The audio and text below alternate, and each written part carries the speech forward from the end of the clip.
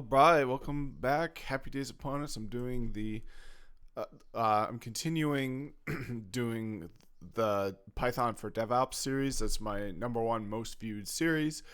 So, you know, people who are actually watching it, perhaps maybe just to meme me because I had a pretty goofy look. But even for that, you know, it's a series in high demand, so I'm going to be continuing it. Last video, I picked off right where I left off. I left off in chapter 13. I also got Kindle set up. Kindle used to be able to use just in a web browser, but now you have to install a client application. That's okay. There's one really important thing to know is it does keep your bookmarks and notes if you are using the client application and you switch to the if you are using the client application and before you were using the browser application, all the notes you made in the browser application will be saved and will be included even when you switch to the client application. So that's great because I had my bookmark there. I was in the middle of a pretty extensive example that depended on prior examples being set up correctly. So I lost all the prior examples, of course, because it's been 2 years since I worked on the series. The other thing I don't have right now is a webcam. I'm working on that. My webcam actually just stopped working randomly. You know, it was a $70 webcam that worked for like 5 years. So I'm pretty happy with the value I got out of it. And I'm not surprised that it just stopped working. So I've got a number of things I could buy a cheap webcam. I have a really awesome, like, $700 camcorder. So like not a cheap camcorder, not an expensive camcorder either. I mean, anyone who's into photography will tell you it's the most expensive hobby ever. Not only are cameras $10,000, you have to get 2 or 3 to have multiple angles. But I got one for $700. That's great. I could buy a card for it for about $100 and stream that way. So anyway, that's off topic.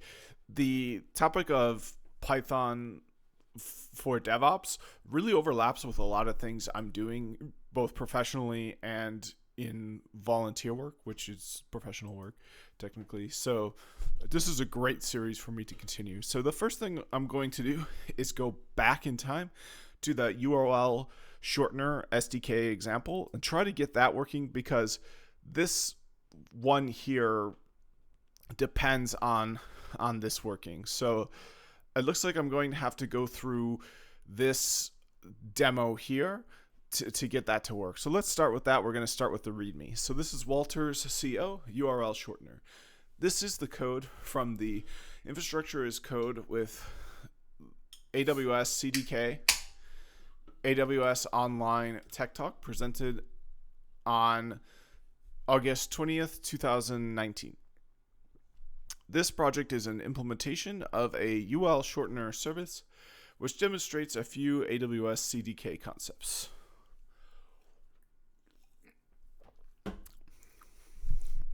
app.py defines the URL shortener service using AWS constructs for Lambda, API Gateway, and DynamoDB. So these are all very relevant things.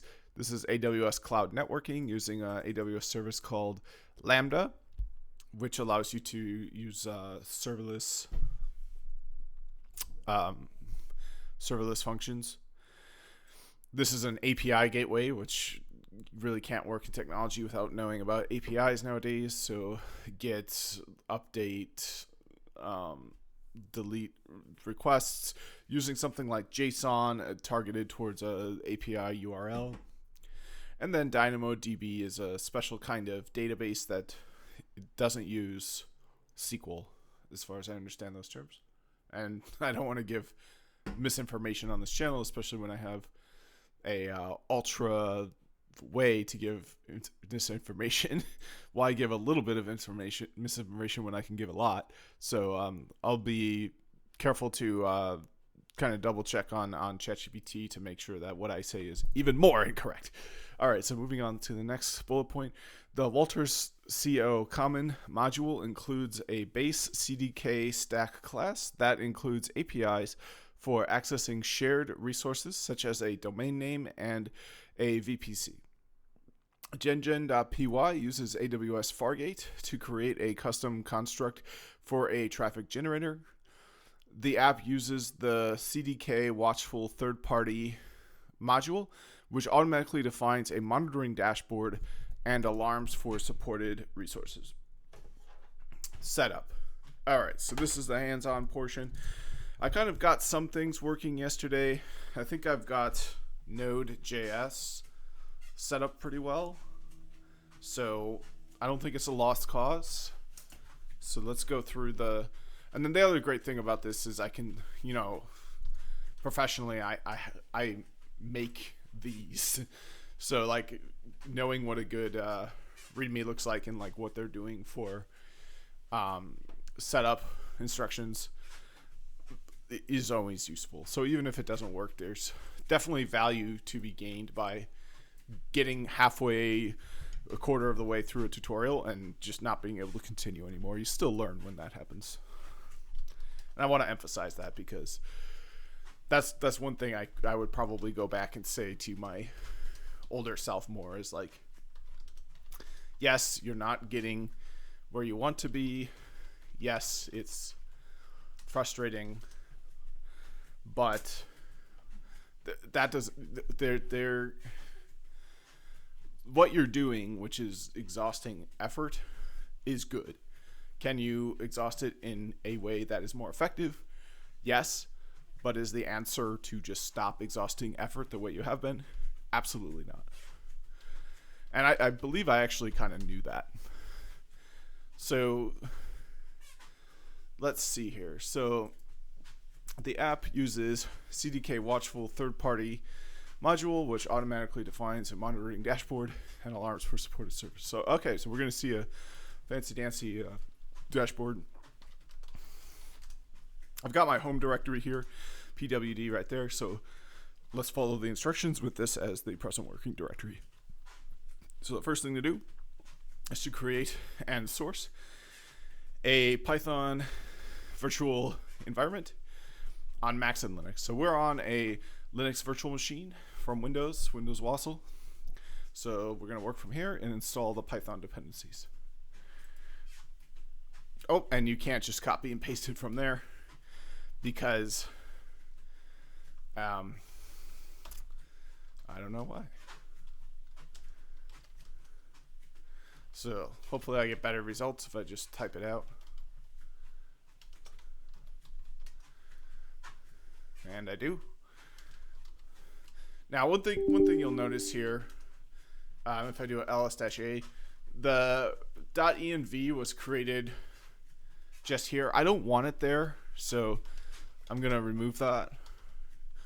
And it's important to not get in the habit of including this F here, because if you really make a mistake with RM, like in a way that will destroy your system, it probably will ask you, are you sure you want to do that? And if you have the F there, then it will not ask you that and just do it right away. So having that F there, most of the times you're not going to need it. And then when you do, like, you really, really need it. So I wouldn't get in the habit of having that F there and just do a -R. And if the directory's empty, it's rmdir to remove an empty directory.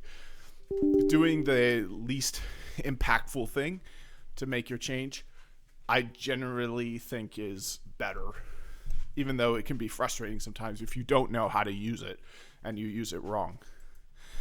So I think I need to actually download the repo. So I'm going to do that first.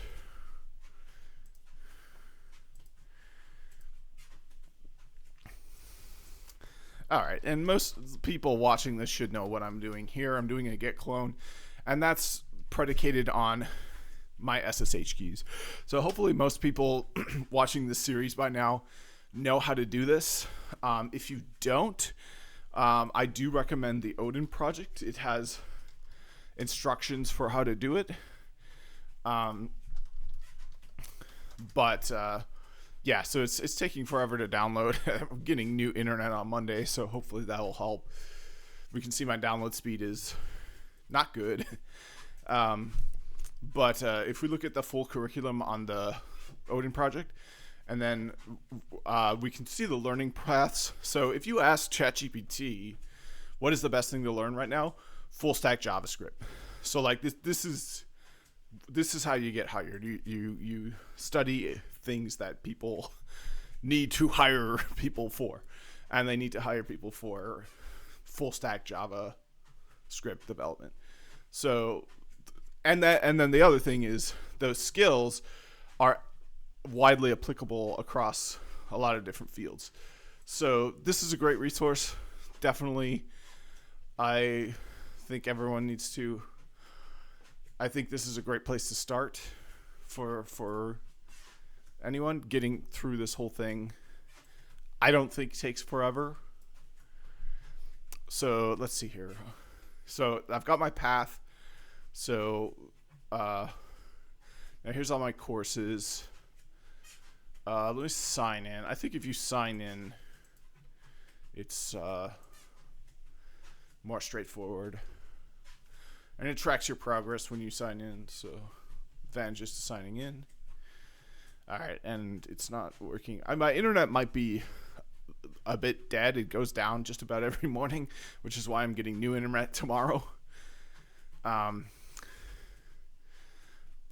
okay, there we go. So now let's go to all paths. Let's go to foundations, resume. And yeah, so the foundations course has I think if we look at right here, get basics, introduction to Get should have this process that I speed ran through really all spelled out clearly. But at this point, anyone watching this video should be familiar with this already.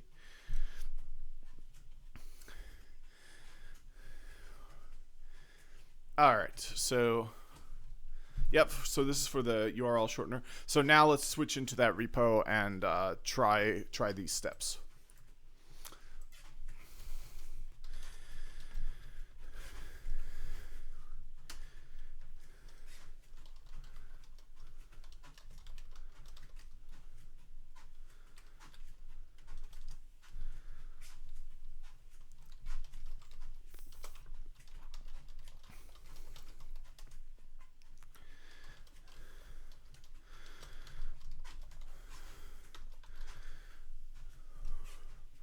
Okay, so it looks like a requirements file did not come with the directory, which is a bit concerning. Maybe it's under the Python here.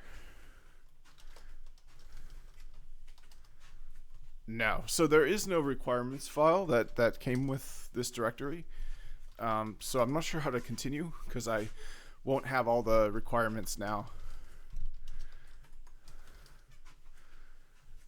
I do need a break. I'll pause it and be right back. All right, I am back and I restarted my internet, so hopefully that's better. I do have new internet coming on Monday, but the problem I'm dealing with now is not with the internet. It's this repo doesn't have everything, or I just haven't worked enough on this repo, and I do have something coming up soon, so I need to check my. Okay, perfect. So let's try again. It could be a matter of the directory I'm in. That's always kind of a hang up people have when they go through education like this. They are not kind of strong enough on the command line to know to check their present working directory and to know where they need to go. So tree-l. Oops. I mean, you can do ls-al. People know that. But if you... I definitely recommend installing tree. It's just a great utility.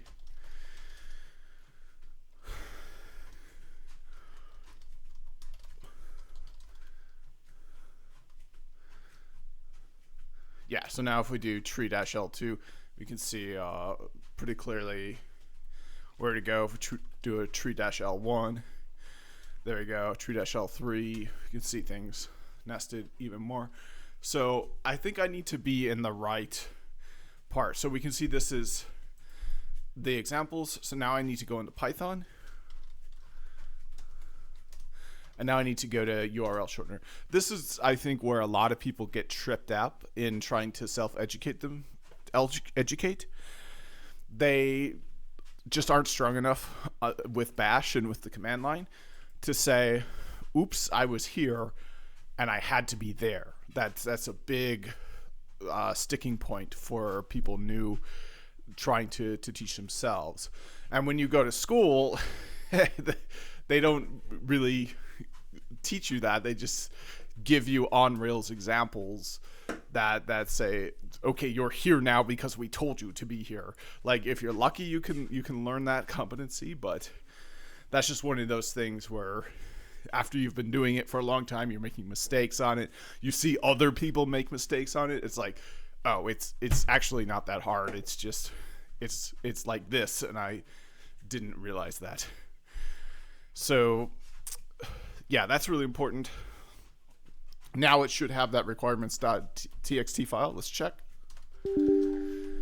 And there we go. So I want to go back to where I was and delete that env file. It's just not necessary in that location. So I'm going to do -r without the F in case I make a mistake. Then it will give me a way to back out of my mistake.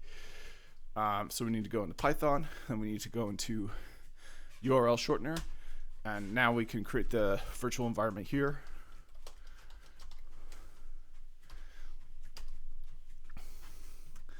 All right, now we can activate the virtual environment. Most of the times, if you're having a big issue during a tutorial, you're not in the right present working directory. So that pwd command is probably one of the most important commands in Linux, because that's how you orient yourself and check whether or not you're in the correct hierarchy of files and folders, so that you can call all of the other files and folders using the right references. Because as I've discussed many times before on this channel, there's a difference between absolute paths and relative paths. That's absolutely critical to understand when working in Linux. You can't use absolute paths in everything if you want your application to be portable, because every computer is going to be a bit different, because every username is going to be a bit different. So if the absolute path were set, it wouldn't work on other computers. So now I did the source bin activate, so that made my prompt so long that this is trailing off to the next line. So it looks like it's still waiting for something to execute, but we can see the cursor's just on the next line. So now I can go to the next command. There we go, and install all my requirements.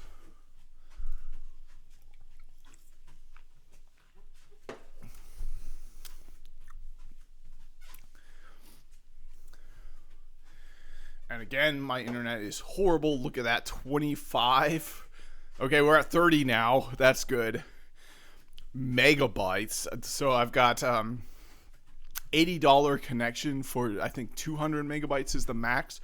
It's through DOCSIS, so it has to go into my DOCSIS connection in the other room. So I'm just using a special device to use my electricity, my outlets, to send cables through. I was just using Wi-Fi before, and I thought this would make it more reliable just for a one-time $50 purchase, which makes a lot of sense.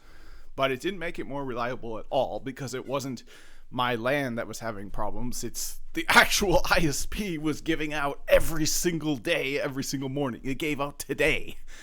So there must be something going on with those DOCSIS routers. They're like Cisco.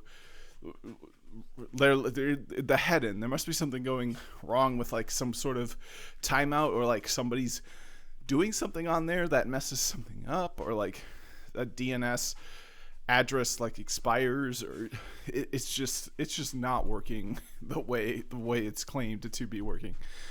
So it has a lot to do with the weather too. If there's bad weather, my internet is just a sitting duck. So this is going to be fiber internet, and it's actually going to cost $15 less per month. And not only is it going to be $500 instead of $200, it's going to be symmetrical. So I should get $500 upload, where before it was not symmetrical. The best I got upload was 12 megabytes. But this should be 500 megabytes. If I can get like 200-300 megabytes upload, that would be amazing. All right, so there we go. Got that good. npmi-g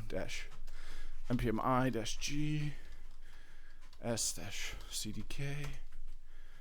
So now this is the problem I've seen before. So this problem has to be solved.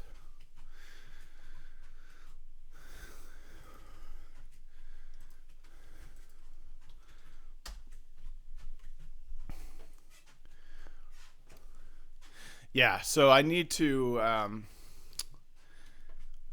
so if we do a cat os or etc, and it's from root etc os release, 1404.6, not gonna cut it, way too out of date. So let's get a new one. So we'll stop generating this. We're going to say, give me the commands to get the latest version of Ubuntu using the Windows subsystem for Linux. 1804 is very out of date.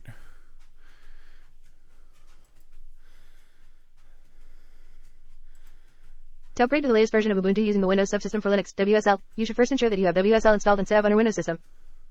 If you already have an older version of Ubuntu installed through WSL and want to upgrade it, you'll need to follow a few steps. However, if you're looking to install the latest version directly, the process differs slightly. If you already have WSL and Ubuntu installed, open PowerShell as administrator and update your existing WSL to WSL2 if you haven't already done so. This step is optional but recommended for better performance and compatibility. Backup your existing Ubuntu data, optional but recommended. Before upgrading, it's a good idea to back up any important data from your Ubuntu installation. Run the upgrade process inside Ubuntu. Open your Ubuntu terminal in WSL and execute the following commands to update your current Ubuntu version to the latest release. Follow the on-screen instructions to complete the upgrade process. The do release upgrade command should guide you through upgrading to the latest Ubuntu release available for your installation.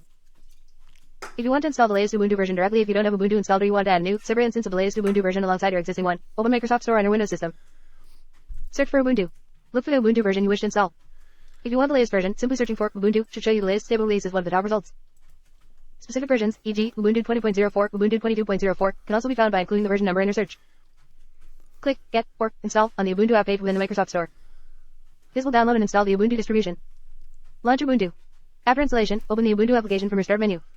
The first launch will take some time as it completes the installation process. Alright, so it looks like I can save a lot of time because I've already got Ubuntu installed, so I can just use the Ubuntu command to upgrade the existing instance to the latest instance. So that command is sudo do-release-upgrade.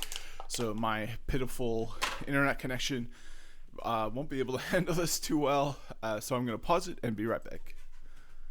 Alright, I'm back, so let's check that progress.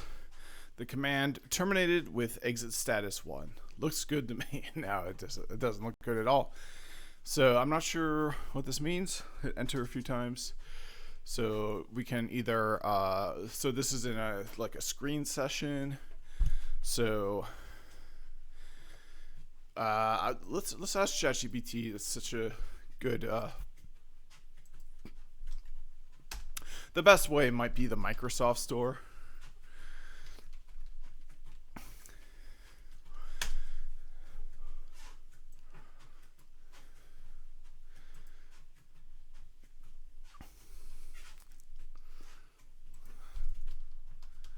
The output you shared suggests that you attempted to perform a system upgrade or a similar operation on Ubuntu, specifically Ubuntu 18.04 by Beaver, but the process was aborted, leading to the restoration of the original system state. I'm going to do one more thing. So I have a home lab running, and I've used that home lab a ton in on this channel, it makes a lot of sense to just do this all in my home lab using GNS3, because then I just pin up a virtual machine. And the trade-off with that is that there's lag. But what doesn't make sense is to leave my home lab on, even though I'm not using it. And I've been doing that for a long time. So I kind of do need to save the electricity. So I'm going to go and turn my home lab off, just so I'm not thinking about that. And I'm trying to... Okay, so we're going to install this latest version here. And then I'm going to unplug my home lab, and I'll be right back. Alright, so yeah, that was a really wasteful thing. It should increase my savings per month, because my electricity bill hopefully should decrease. I can see that. I have reports on that. So just having that running without doing anything on it, I think I probably had that up for years, is not good. So I turned that down, and we're going to be focusing on just doing everything in Wassel here and not concerning ourselves with the lab, which is great because I've gone into great detail on this channel. That lab, my decision to purchase it, the specs, running it, that is advanced stuff. You know, I was going for my JNCI ESP, which is an expert level exam, and let me tell you, being an expert is the real deal. I am not an expert. I'm a technology professional that has quite a bit of experience at this point, and I am not an expert because I did not earn my expert certification.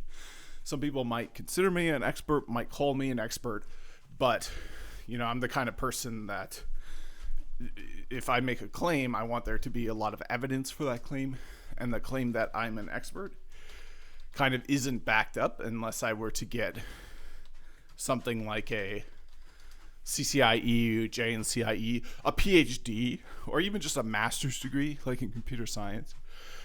But you know, I'm a crewsman of the helm. I'm not the captain, but I'm a really good crewsman. My knots are very clean.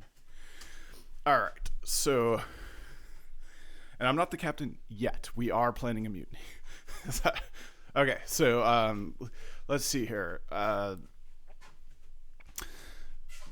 Okay, so if I do a cat etc os release, now we've got a more up-to-date version. In fact, the most up-to-date LTS, long-term support version. So it's not experimental. It's not the cutting-edge latest commit, but it's the one that they endorse as being stable. So let's go back through these commands again. Let's check the PWD. All right, looks good, and we can see where we are here. And it looks like I'm going to have to clone down the repo again. So I'm going to clone down the repo and then end the video there, because this demonstrates what I was talking about before. So if you have done this before, it's nothing new. You can really probably not going to see anything new. But if you haven't, pay attention, because this is something you'll be doing time and time again. So it's SSH keygen,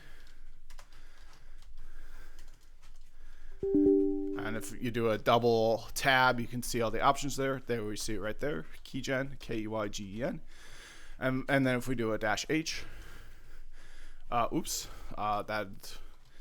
let's do a -- help. All right, so I like to do -t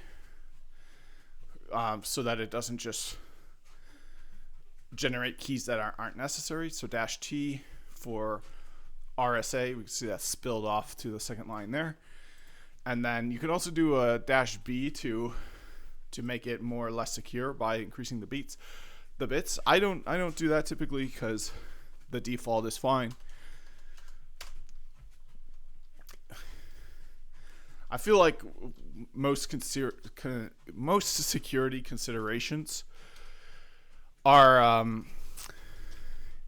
if they make it far enough to where they can actually work on like cracking your key, you've already lost the battle. It's like if they're in your house and trying to crack open your safe, like the security problem isn't that your safe isn't. I mean, it is a problem that your safe isn't secure enough and they can just use a crowbar to get in. But the security failure didn't happen at the safe, if you know what I mean. Okay, so now I need to upload the key. I'm going to do this offline. You know what? This is just a public key. So I'm going to do this online because, this demonstrates the security aspect. So I'm not going to show this because that's, the security breaking thing. But the public key, yeah, I'll show that.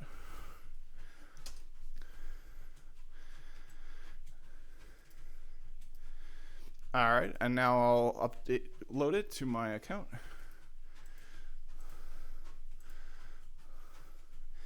So we got to go to settings, security. This is the thing, if you're new, it will trip you up. It will be hard to remember to do this. If you're not new, you'll have done this so many times. It's just upsetting how many times you've done it. So I'm going to say Ubuntu. I'm going to say Wasl. Ubuntu 24. All right, and now I have to add in my password. Okay, I successfully added the key. Take the clone link and then clone it to pwd to here. So git clone.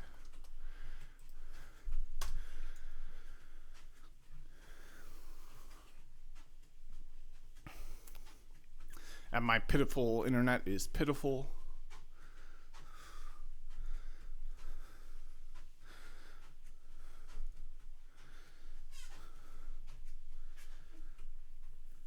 Oh man, that is really bad. Well, I think I gotta end the video because I've gotta upload it. So we've seen how this works.